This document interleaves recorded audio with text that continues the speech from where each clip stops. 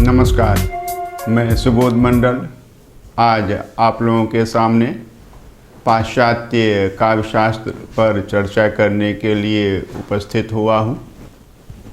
आज पाश्चात्य काव्यशास्त्र की चर्चा का आरंभ सुबोध मंडल लाइव क्लासेस से होने जा रहा है और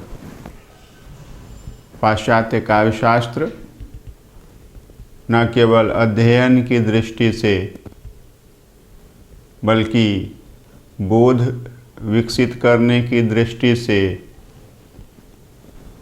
तथा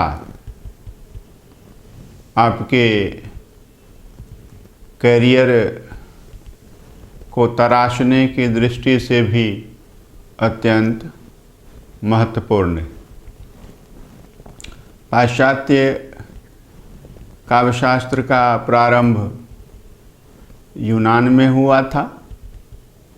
पाश्चात्य काव्यशास्त्र का जनन यूनान में हुआ था और पाश्चात्य काव्यशास्त्र के विकास को समझने के लिए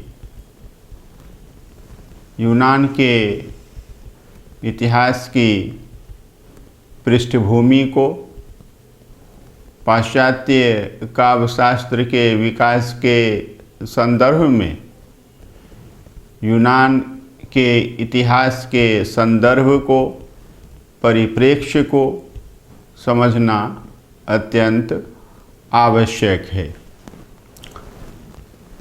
पाश्चात्य ज्ञान, विज्ञान, कला, साहित्य, दर्शन, संस्कृति और सभ्यता का उद्गम स्थल अथवा मूल स्रोत यूनान को माना जाता है, कहा जाता है।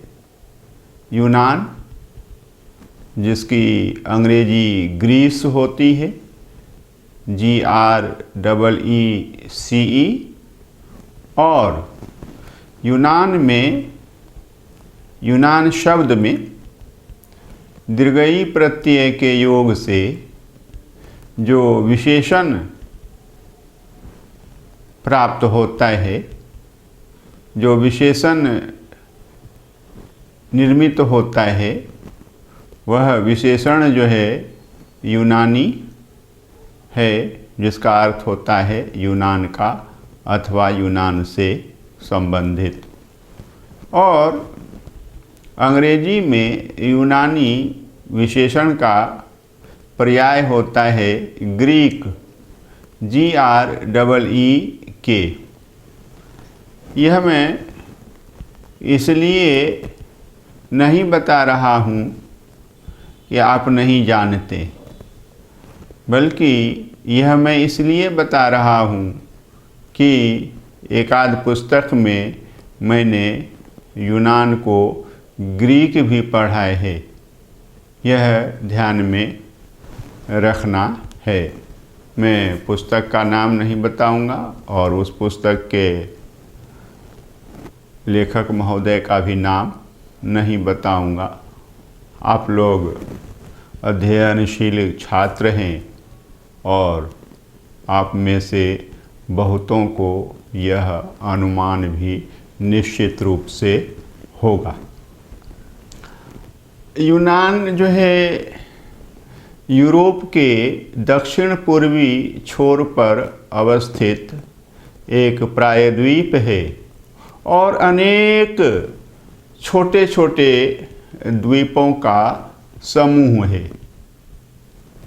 इसलिए प्राकृतिक रूप से यूनान को बहुशः बंदरगाहों की सुविधा उपलब्ध है और कोई भी स्थल समुद्री बंदरगाह से 130 किलोमीटर से अधिक दूर नहीं है।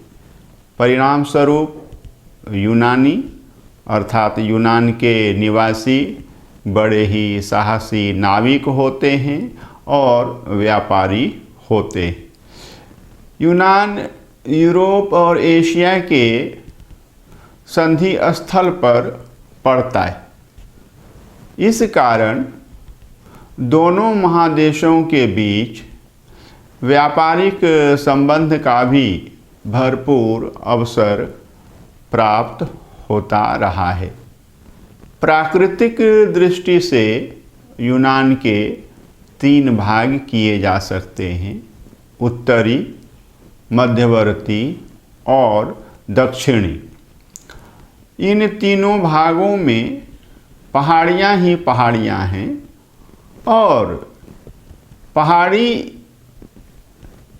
ही पहाड़ी होने से ये भाग जो हैं यातायात की दृष्टि से बड़े ही दुर्गम हैं, यातायात की दृष्टि से सुगम नहीं हैं और इस कारण यूनान में एक क्षत्र शासन का घोर अभाव रहा है। उत्तर से दक्षिण तक 20 छोटे छोटे नगर राज्यों का विकास इसी का परिणाम है। ये नगर राज्य परस्पर स्वतंत्र हुआ करते थे और एक दूसरे से शत्रु भाव से ग्रस्त भी हुआ करते थे। इस कारण अपनी अस्मिता के लिए एक दूसरे पर आक्रमण करते थे और जिस नगर राज्य पर आक्रमण हुआ करता था वह नगर राज्य अपने अस्तित्व के लिए संघर्ष भी किया करता था। ये राज्य जैसा कि बताया अपनी अस्मिता के लिए, अपने वर्चस्व की वृद्धि के लिए, अपने सीमा क्षेत्र का विस्तार करने के लिए एक दूसरे से लड़ते भिड़ते रहते थे और इनमें राष्ट्रीयता की भावना का विकास नहीं हुआ था। इन 20 नगर राज्यों में 3 सबसे प्रमुख थे। उत्तरी भाग में स्थित मकदूनिया, मध्यवर्ती भाग में स्थित आतिका जिसकी राजधानी एथेंस थी और दक्षिणी भाग में स्थित लाकोनिया जिसकी राजधानी स्पार्टा थी। इन्हीं तीनों नगर राज्यों का इतिहास जो है यूनान का वास्तविक इतिहास, और जैसा कि बताया उत्तरी भाग में मकदूनिया अवस्थित थी। मकदूनिया सिकंदर की जन्मस्थली रही है और सिकंदर महान जिसने विश्व विजेता बनने का सपना देखा था, उसकी जन्मस्थली होने के कारण मकदूनिया दुनिया में प्रसिद्ध रही है। मध्यवर्ती भाग का नगर राज्य जो था वह आतिका और आतिका की राजधानी एथेंस, और एथेंस यूनान की समस्त बौद्धिक, वैज्ञानिक एवं कलात्मक उपलब्धियों का उद्गम स्थल था, जिसके कारण विश्व साहित्य में, विश्व इतिहास में यूनान का नाम अमर है। दक्षिणी भाग का नगर राज्य लाकोनिया था और लाकोनिया की राजधानी स्पार्टा थी।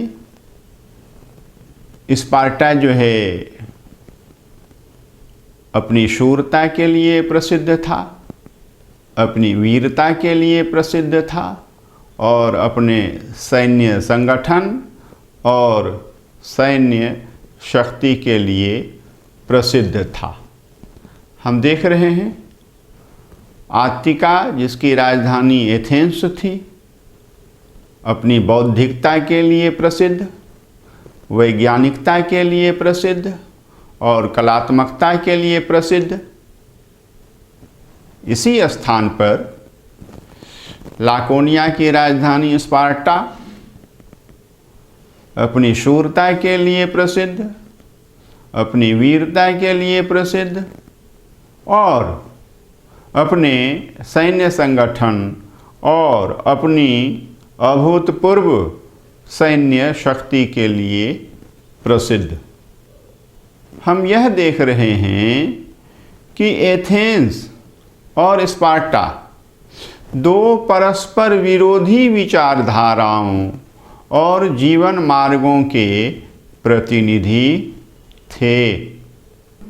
एथेंस ने बौद्धिक पक्ष को प्रश्रय दिया तो स्पार्टा ने शारीरिक पक्ष को। एथेंस में लोकतंत्र का विकास हुआ तो स्पार्टा में अधिनायक तंत्र का।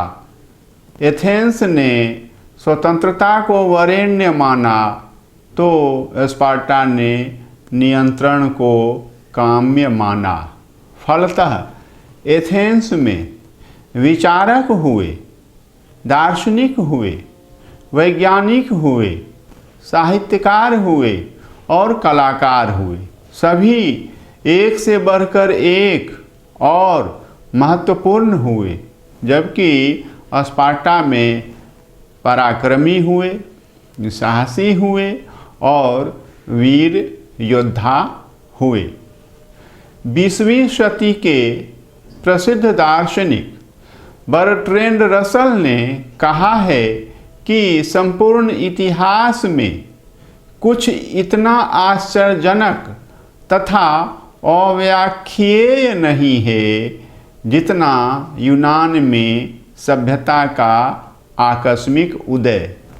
इन all history nothing is so surprising और so difficult to account for as the sudden rise of civilization in Greece।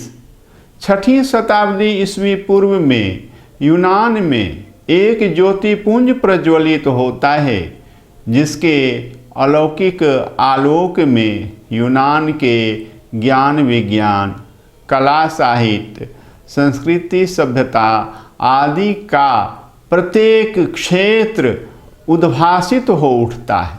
फिर 200 वर्षों के बाद यह ज्योतिपुंज कहाँ तिरोहित हो जाता है कि फिर कभी यूनान में दिखाई नहीं देता है। यूनान में ऐसा चतुर्मुख ज्योतिपुंज 6ठी शताब्दी ईस्वी पूर्व के पहले और 4थी शताब्दी ईस्वी पूर्व के बाद फिर कभी नहीं दिखाई देता है। तो यह हमने देखा है यूनान की ऐतिहासिक पृष्ठभूमि को, उसके विकास को, उसके सांस्कृतिक विकास के परिप्रेक्ष्य को हमने आज के वर्ग में देखा है। और इसी पृष्ठभूमि में यूनान में काव्यशास्त्र का भी उदय होता है, उद्भव होता है, जो हम आगे के वर्ग में देखेंगे, समझेंगे, बूझेंगे और इसका सतत प्रयास करेंगे। बहुत बहुत धन्यवाद।